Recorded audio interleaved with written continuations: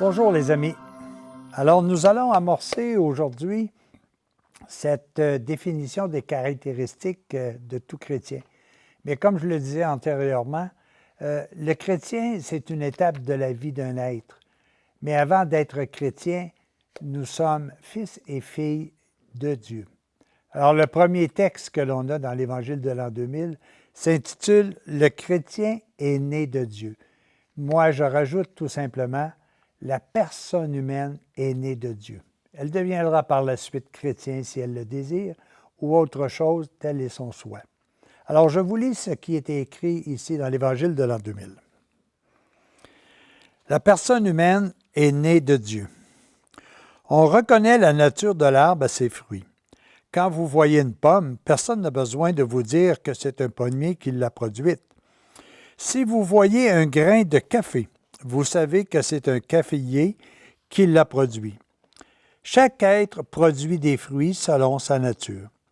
Quand vous attendez une belle pièce de musique, vous savez que c'est un artiste qui touche à l'instrument et au son qui frappe votre oreille, vous savez de quel instrument il s'agit. Chaque être agit selon sa nature. De même, en voyant les gestes du vrai chrétien, du Fils et de la fille de Dieu, vous savez qu'il est né de Dieu. Dieu est amour et ceux qui sont nés de lui produisent des gestes d'amour. Celui qui est né de parents humains produit des actes humains.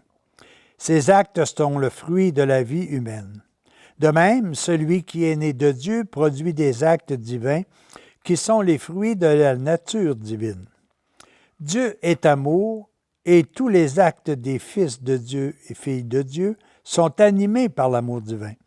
Voilà pourquoi j'ai dit, c'est à ce signe qu'on reconnaîtra que vous êtes mes disciples, si vous avez de l'amour les uns pour les autres. On reconnaît l'arbre à ses fruits.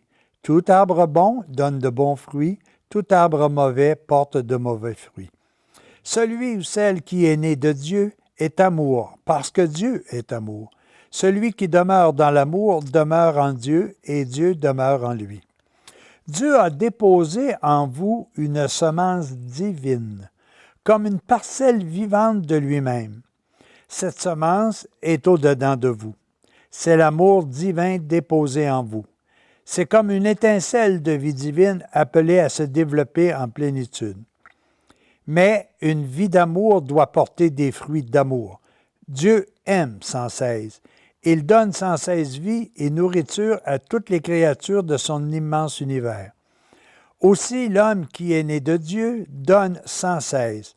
Il répand les fruits de son amour sur tous les êtres qui l'entourent, et par lui, Dieu peut communiquer son amour à toute la création. Celui et celle qui grandit dans l'amour fait grandir avec lui le monde entier, et son influence s'étend à tous les êtres.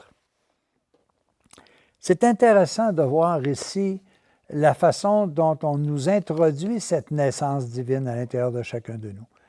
Vous savez, le pépin de pomme, c'est un pépin. Ce n'est pas le pommier, ce n'est pas le fruit, ce n'est pas la pomme.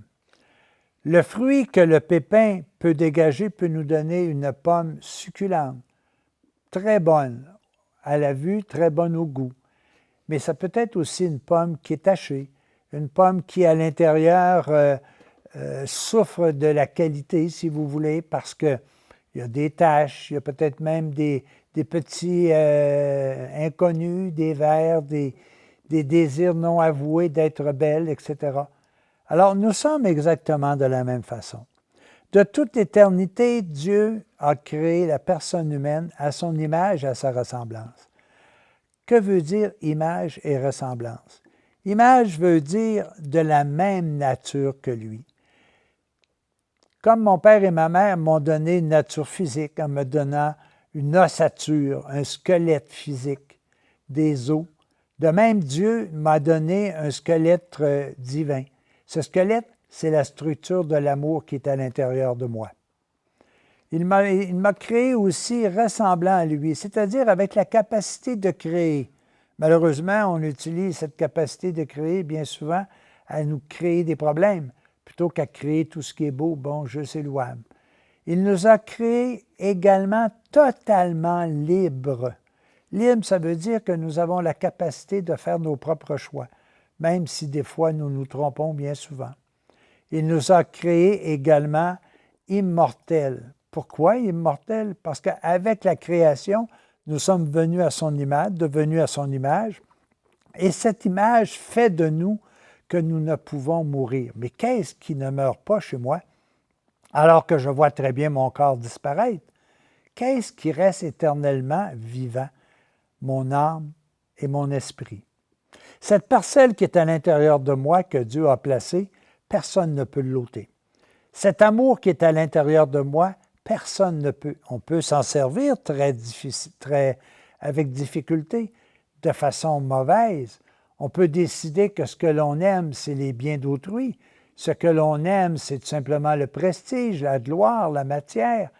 C'est mal utiliser notre squelette divin. Alors que nous devons, en tous et lieux, utiliser ce squelette de la même façon que Dieu l'a utilisé pour créer le bien, pour créer le beau. Oui, les amis, posons-nous la question. Est-ce que cet amour qui est à l'intérieur de moi, cette notion divine qui est à l'intérieur de moi, est-ce que je l'utilise toujours à bon escient? Est-ce que je l'utilise vraiment comme étant fils et fille de Dieu? Vous savez, un sourire, c'est un acte divin. Une bonne parole, c'est un acte divin. De l'entraide, c'est un acte divin. Dire merci à quelqu'un qui nous aide, c'est un acte divin. Ce n'est pas compliqué, ce n'est pas des actes toujours héroïques que nous devons faire. Mais si nous sommes capables lentement de faire ces petits actes d'amour, soyez assurés que notre pépin deviendra un arbre, cet arbre deviendra un fruit, et ce fruit sera beau et bon à manger. Oui, mes amis, posons-nous la question. Est-ce que les actes divins, les actes de Dieu qui ont été incorporés à l'intérieur de nous sont toujours présents? Est-ce que c'est de cette façon que nous utilisons l'essence première qui est à l'intérieur de nous, c'est-à-dire l'amour? Chacun de nous peut y répondre, chacun de nous doit y répondre, mais soyez assurés d'une chose, chacun de nous devra un jour le faire complètement. Comme Jésus a dit, « Je suis le premier-né d'une multitude de frères et de sœurs ». Ce premier-né, c'est Jésus qui a été le premier à accomplir totalement la nature divine à l'intérieur de lui. Il a transformé sa nationalité terrestre en une nationalité divine. Il a vaincu même la mort pour nous montrer que véritablement notre vie, elle est dans l'éternité.